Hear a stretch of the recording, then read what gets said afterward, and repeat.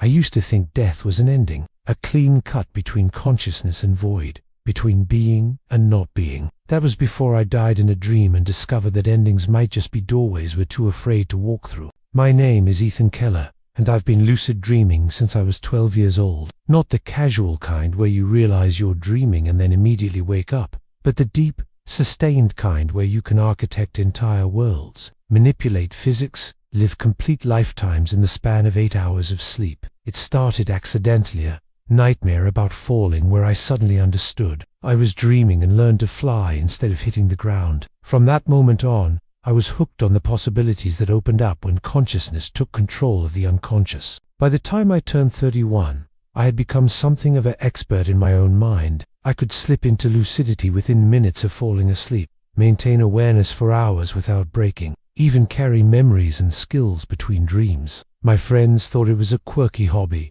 like collecting vintage vinyl or building model trains. They didn't understand that for me. Dreaming had become as real and important as waking life, sometimes more so. I work as a software engineer in Portland, designing algorithms that predict user behavior, mapping the logic trees that determine what someone will click, buy, or believe. During the day, I build systems that try to understand human consciousness from the outside. At night, I explore it from within. The irony wasn't lost on me that I spent my waking hours creating artificial intelligence, while my sleeping hours were devoted to understanding the mystery of natural consciousness. The dream that changed everything started like any other. I was in my childhood home in Michigan, walking through rooms that held perfect details I hadn't consciously remembered in years. The way afternoon light fell through the kitchen window, the specific creak of the third stair, the smell of my mother's lavender soap lingering in the hallway. I was lucid from the beginning, aware I was dreaming but content to explore the recreation my mind had built. That's when I decided to push the boundaries. I'd been experimenting with what I called consciousness barriers, in my dreams attempting to break through the limitations my mind imposed even in the lucid state. Could I dream of colors that didn't exist? Could I experience sensations beyond the 5 senses? Could I access memories that weren't mine? Most attempts failed, resulting in either waking up or losing lucidity. But that night, I decided to try something more extreme. I wanted to know what it felt like to die, not from a morbid fascination, but from genuine curiosity about consciousness itself. If I could maintain awareness while dreaming, could I maintain awareness while dying in the dream? What would my mind show me on the other side of that ultimate boundary? I found myself in the basement of the childhood home, standing before a door that hadn't existed in the real house. The wood was dark, almost black, and seemed to absorb light rather than reflect it. I could feel something vast and unknown waiting beyond it, something that made every instinct scream at me to turn around and dream of something safer. Instead, I opened the door. Beyond was an ocean at night, black water stretching to an invisible horizon under a starless sky. No beach, no shore, just the doorframe suspended in space above endless depth. The water called to me with a voice I felt in my bones, rather than heard with my ears. I understood intuitively that entering this ocean meant death, not just in the dream, but something more permanent, more final. I jumped. The water was colder than anything I'd ever experienced, cold that went beyond temperature into something existential. It pulled me down with impossible weight, not just my dream body, but my consciousness itself. I felt myself dissolving, felt the boundaries of my identity becoming fluid, and then evaporating entirely. This wasn't like the controlled experiences I was used to in lucid dreams. This was raw, terrifying, and absolutely real. I died. Not the gentle fading of awareness that comes with waking up, but a complete cessation of everything I recognized as myself. Ethan Keller, software engineer, lucid dreamer, skeptic who believed consciousness was just complex, chemistry simply stopped existing. But then something impossible happened. I opened eyes I no longer had in a place that shouldn't have existed. I was standing in what looked like a vast library, but one that defied architectural logic. Shelves stretched impossibly high, disappearing into shadows that seemed to have depth and texture. Books floated freely between the stacks, their pages turning on their own, revealing text in languages I'd never seen but somehow understood. The air itself seemed to pulse with knowledge, with stories being written and rewritten in real time. "Welcome to the between space," said a voice behind me. I turned to see a man in his 60s, tall and thin with silver hair and eyes that seemed to hold starlight. He wore a simple grey sweater over dark jeans, but there was something about his presence that suggested immense age and wisdom, as if he had been waiting in this library for centuries. "I'm Dr. Elias Vereen," he said, extending a hand that felt solid and warm despite the impossibility of our meeting. "And you, Ethan, have done something very few people ever manage to do." "I died," I said, the words feeling strange in my mouth. "I actually died in the dream." "Yes, and instead of waking up or simply ceasing to exist, you pushed through to this place, the between space, the realm that exists in the margins between life and death, between dreaming and waking, between what is and what could be." I looked around the impossible library, trying to process what he was telling me. "This is still a dream, is it?" Dr. Vereen smiled, but there was sadness in his expression. "What makes something real, Ethan? The ability to touch it, to measure it, to prove it exists to others? Or is it the impact it has on consciousness, on the choices you make, on the life you live afterward?" As he spoke, the library around us began to shift. Books dissolved into streams of light that flowed like water, coalescing into new forms: a child's bedroom, a hospital room, a warehouse filled with shadows and fear. The images came faster now, flooding my perception with scenes I'd never witnessed but somehow recognized. "What am I seeing?" "The reason you're here," Dr. Vereen said, his voice taking on an urgency I hadn't heard before. "Some people find their way to the between space by accident. Others are called here for a purpose. You, Ethan, are one of the called." The visions crystallized into clarity. A young girl, maybe 8 years old, with dark hair and eyes that held too much fear for someone her age. She was in a room without windows, surrounded by other children who shared her terror. I could feel her desperation as if it were my own, her longing for home, for safety, for someone to rescue her from a nightmare that was all too real. "Her name is Sophia," Dr. Vereen said softly. "She's being held in a warehouse in Rotterdam, part of a trafficking network that moves children across international borders. In 3 days, she'll be moved to a location where she can never be found, unless someone intervenes." "Why are you showing me this?" "Because you have the ability to carry information between worlds. What you learn here can influence what happens there. But first,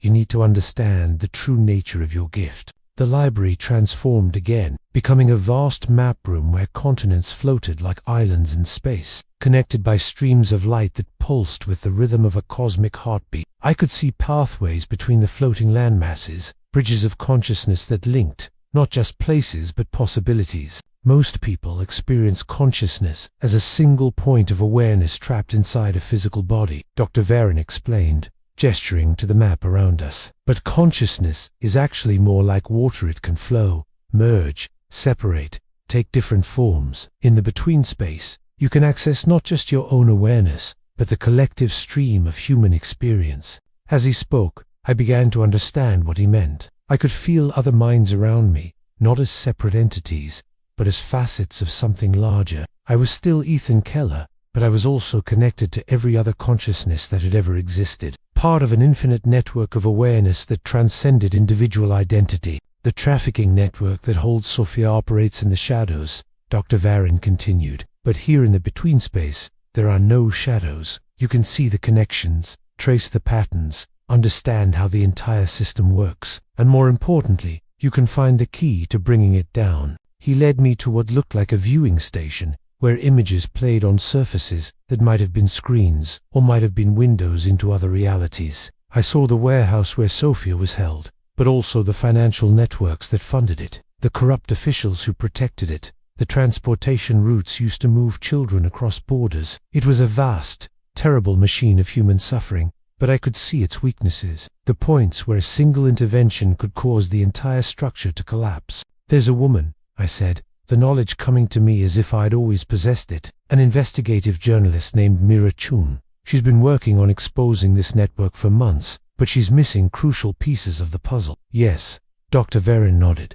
"and she's also someone you're destined to meet, though not in the way you might expect." The viewing station shifted, showing me a woman in her early 30s with intense dark eyes and an expression of fierce determination. She was sitting in a small apartment, surrounded by photographs, documents, and maps, connected by red string like a conspiracy theorist's web. But I could see that she was close, closer than she realized to uncovering the truth. "She needs 3 pieces of information," I continued, the knowledge flowing through me like water finding its course, the location of the warehouse, the identity of the operations coordinator, and the transport schedule for the next movement. With those, she can alert the authorities and coordinate a rescue operation. And how will you give her this information? That's when I understood the true challenge of what I was being asked to do. I have to find her in her dreams. Dr. Verin smiled, and for the first time since arriving in this impossible place, I felt a sense of rightness, of purpose clicking into place, like a key turning in a lock. Now you begin to understand. But first, you need to return to your own world, and that requires facing something you've been avoiding for a very long time. The library around us dissolved, replaced by a scene I recognized with sinking heart. I was 8 years old again, standing in our family's garage, while my father worked underneath the car. I could smell motor oil and hear the radio playing classic rock, could feel the summer heat pressing against the open doors. "I don't want to be here," I said, but my voice sounded small and distant. "Memory is the bridge between worlds," Dr. Verin said, though I could no longer see him. "To carry consciousness between realities, you first need to integrate the parts of yourself you've left behind." I watched my 8-year-old self approach my father, watched him ask if he could help with the car. I remembered what happened next, had spent 23 years trying to forget it. The car slipped, the jack failed, and suddenly my father was trapped underneath a ton of metal, his face purple with pain and lack of oxygen. I had stood there frozen, too small to lift the car, too scared to run for help, watching the man I worshipped die in front of me. By the time neighbors arrived, it was too late. My 8-year-old self had convinced himself that if he'd acted faster, been smarter, been better, he could have saved his father's life. "It wasn't your fault." Dr. Verin's voice came from everywhere and nowhere, "but you've carried that guilt like a weight around your consciousness, limiting your ability to act when action is needed. To save Sophia, to reach Mira, you need to forgive the child who couldn't save his father." I fell to my knees in the garage, feeling 23 years of suppressed grief and guilt washing over me like a tsunami. I cried for my father, for the man I'd tried to become to honor his memory, for all the ways I'd held myself back,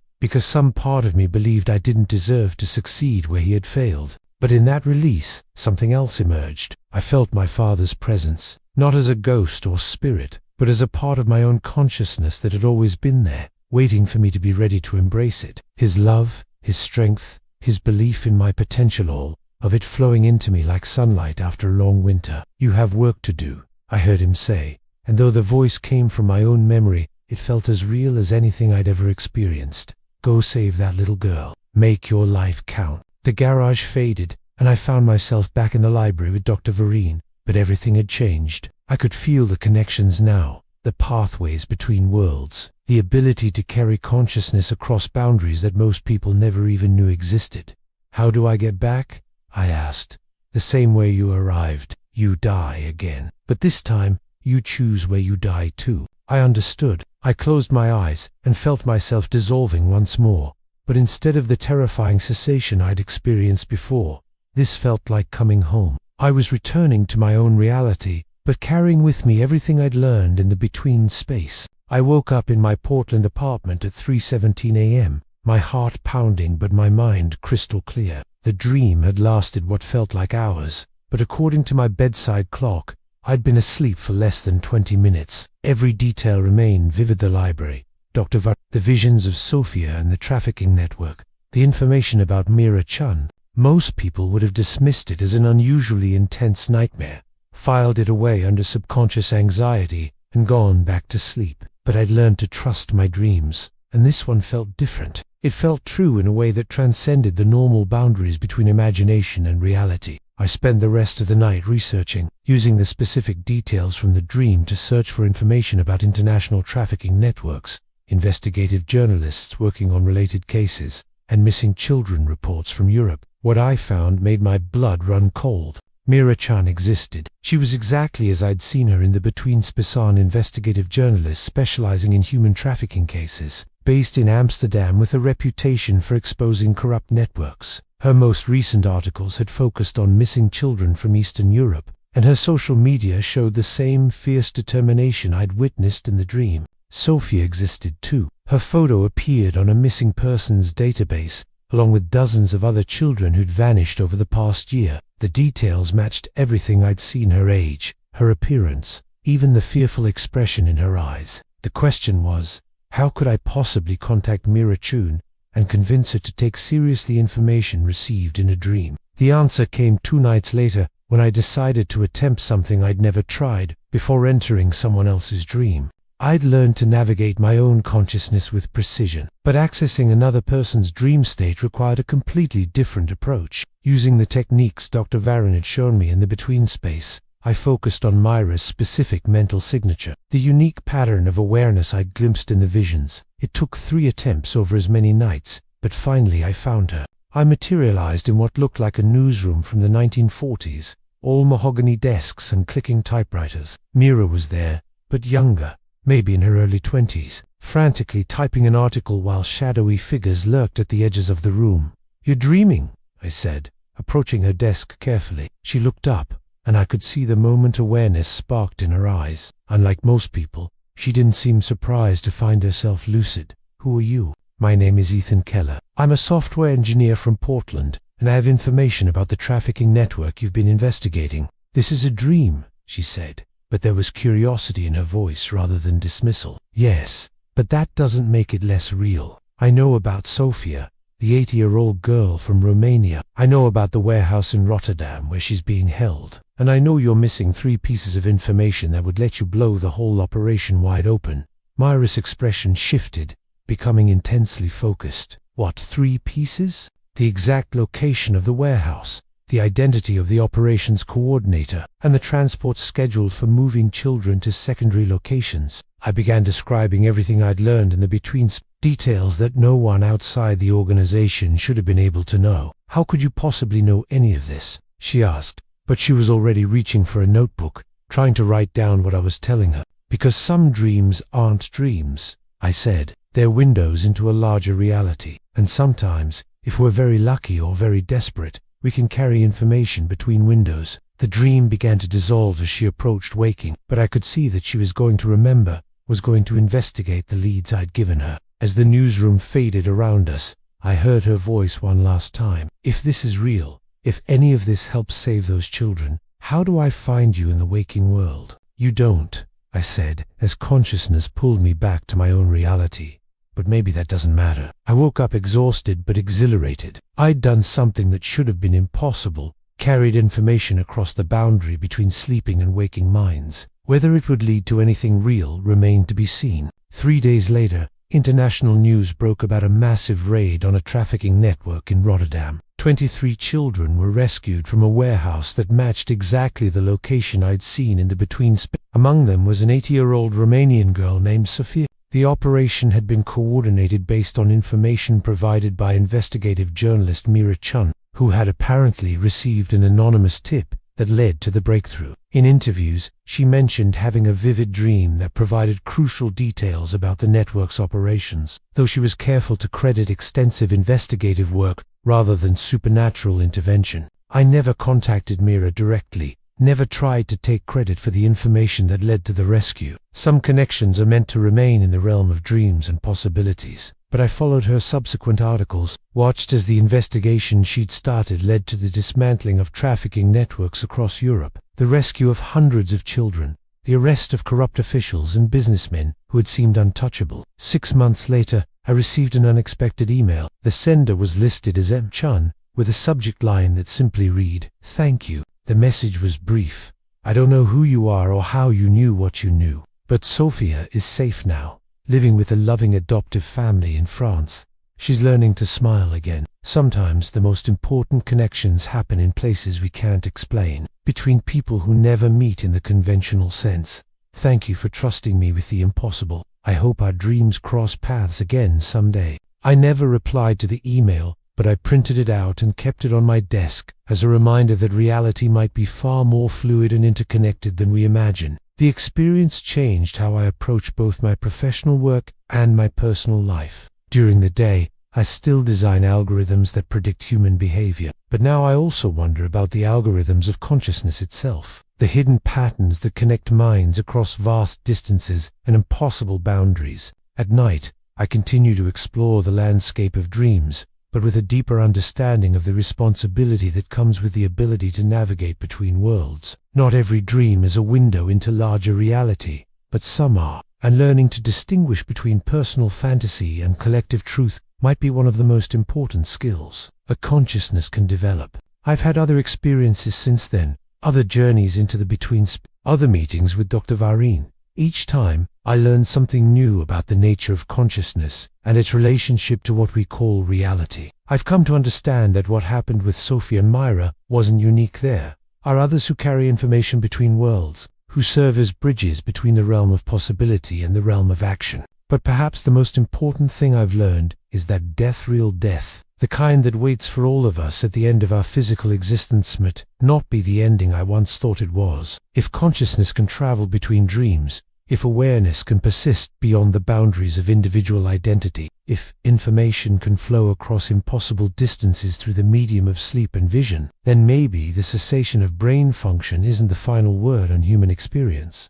Maybe death is just another doorway, another boundary to cross, another room in the infinite library of consciousness that Dr. Vareen showed me in the between space. I don't know if I'll ever have definitive answers to these questions. I don't know if anyone will, but I know that our understanding of consciousness, of reality, of the relationship between mind and universe is far more limited than we like to believe. And I know that some nights, when I close my eyes and let my awareness drift toward the space between sleeping and waking, I can still feel the connections, threads of consciousness linking every mind that has ever existed, pathways of possibility that stretch across time and space, and the arbitrary boundaries we construct between self and other, between real and imagined, between life and whatever comes after. The universe is stranger and more wonderful than we dare to imagine, and sometimes, if we're very lucky or very brave, our dreams can show us just how strange and wonderful it really is. In the between space, every ending is also a beginning, every death is also a birth, and every dreamer is both student and teacher in the vast curriculum of consciousness itself. I died in a dream and discovered that dying might be the most alive thing a person can do. And if that's true in the realm of dreams, who's to say it isn't true in every other realm as well?